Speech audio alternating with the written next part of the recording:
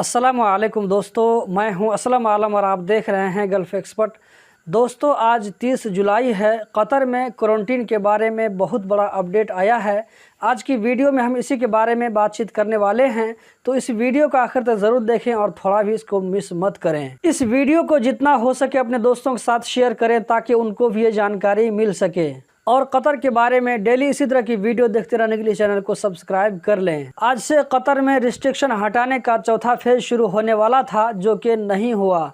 तो तीसरे फेज़ में जिन जिन चीज़ों की सहूलत दी गई थी, पूरे अगस्त में वही रूल लागू रहेंगे। कुछ ही घंटों पहले क्वारंटीन के बारे में कतर में बहुत बड़ा अपडेट आया है। इससे पहले रूल ये था कि अगर आप कतर में जो अप्रूव्ड वैक्सीन है, अगर वो वैक्सीन लगवा कर कतर आते हैं, चाहे आप कतर में लगवाएं या ये कि अपने मुल्क से लगवा कर कतर जाएं, तो दोनों सूरतों में आपको क्वारंटीन में नहीं रहना पड़ता था कतर में। लेकिन अब ये रूल ख़त्म हो गया है। इंडिया, पाकिस्तान, श्रीलंका, बांग्लादेश, फिलीपीन, इन सारे मुल्कों से अगर वर्कर कतर जाएंगे तो इनकी जो है कंडीशन इस तरह है। पहली सूरत तो ये है कि जिन भाइयों के पास में कतर का इकामा है, अगर उन्होंने कतर के अंदर ही वैक्सीन लगवाया है और या ये कि वो उनको जो है कतर में कोरोना हुआ था और वहीं पर रिकवर हो गए, अगर ऐसे लोग छुट्टी में आते हैं और वापस जाते हैं कतर, तो ऐसे लोगों को सिर्फ 2 दिन क्वारंटीन में रहना पड़ेगा। दूसरे दिन इन लोगों का पीसीआर टेस्ट होगा। अगर पीसीआर टेस्ट नेगेटिव है तो इनको क्वारंटीन से छुट्टी मिल जाएगी। वैक्सीन का कंप्लीट डोज और 14 दिन गुजरना, ये दोनों ज़रूरी है। ये रूल सबके लिए है, चाहे कतरी हो या खारजी हो, ये रूल सबके लिए है। दूसरी सूरत यह है कि कतर जाने वाले आदमी के पास में कतर का इकामा है, लेकिन उसने वैक्सीन जो लगवाया है वो कतर से बाहर लगवाया है, अपने मुल्क में लगवाया है। अगरचे वो वैक्सीन कतर अप्रूव्ड वैक्सीन क्यों न हो, या ये कि उस आदमी को अपने मुल्क में कोरोना हुआ था और वो अपने मुल्क में ही रिकवर हो गया, तो दोनों सूरतों में, यानी कि कतर से बाहर वैक्सीन लगवाने की सूरत में और कतर से बाहर कोरोना से रिकवर होने की सूरत में, अगर ऐसा आदमी कतर वापस जाता है तो उसको 10 दिन के लिए क्वारंटीन में रहना पड़ेगा।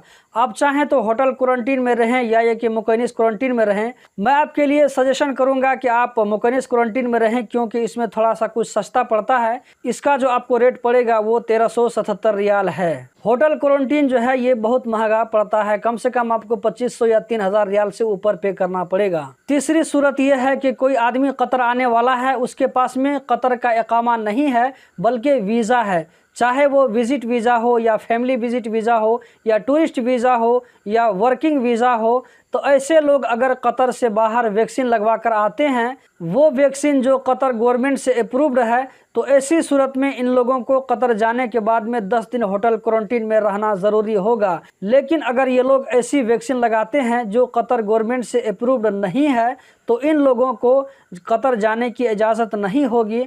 ऐसे लोग कतर नहीं जा सकते हैं। दोस्तों, इसका मतलब हुआ कि आप में से अगर कोई आदमी वर्किंग वीज़ा लेकर के कतर जा रहा है, अगर उन्होंने कतर अप्रूव्ड वैक्सीन नहीं लगाया है तो वो कतर नहीं जा सकता है। और कतर अप्रूव्ड वैक्सीन कौन कौन सा है, इसके बारे में मैं वीडियो बना चुका हूँ। मैं लिंक जो है इस वीडियो के डिस्क्रिप्शन में डाल दूँगा और इसका लिंक आपको आई बटन में भी नज़र आ रहा होगा। और ये जो रूल लागू होगा, ये रूल 2 अगस्त सोमवार के दिन से, मतलब इससे पहले अगर लोग जाना चाहते हैं तो जा सकते हैं, कोई दिक्कत की बात नहीं होगी। इससे पहले दोस्तों क्वारंटीन के रूल में कुछ ढील दी गई थी। इसका नतीजा ये निकला कि कतर में कोरोना के केस में बढ़ोतरी देखने में आई।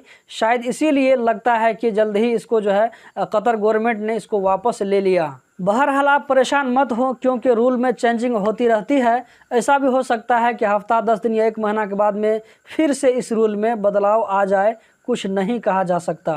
उम्मीद करता हूं कि मैं अपनी बात आप लोगों को समझाने में कामयाब रहा हूं। कमेंट में ज़रूर बताइएगा और कतर से रिलेटेड इसी तरह की वीडियो रोज़ाना देखते रहने के लिए चैनल को सब्सक्राइब कीजिए और इस चैनल की वीडियो को रोज़ाना देखते रहें ताकि आपको लेटेस्ट अपडेट मिल सके। इस वीडियो को जितना हो सके अपने दोस्तों के साथ शेयर करें ताकि उनको भी ये जानकारी मिल सके।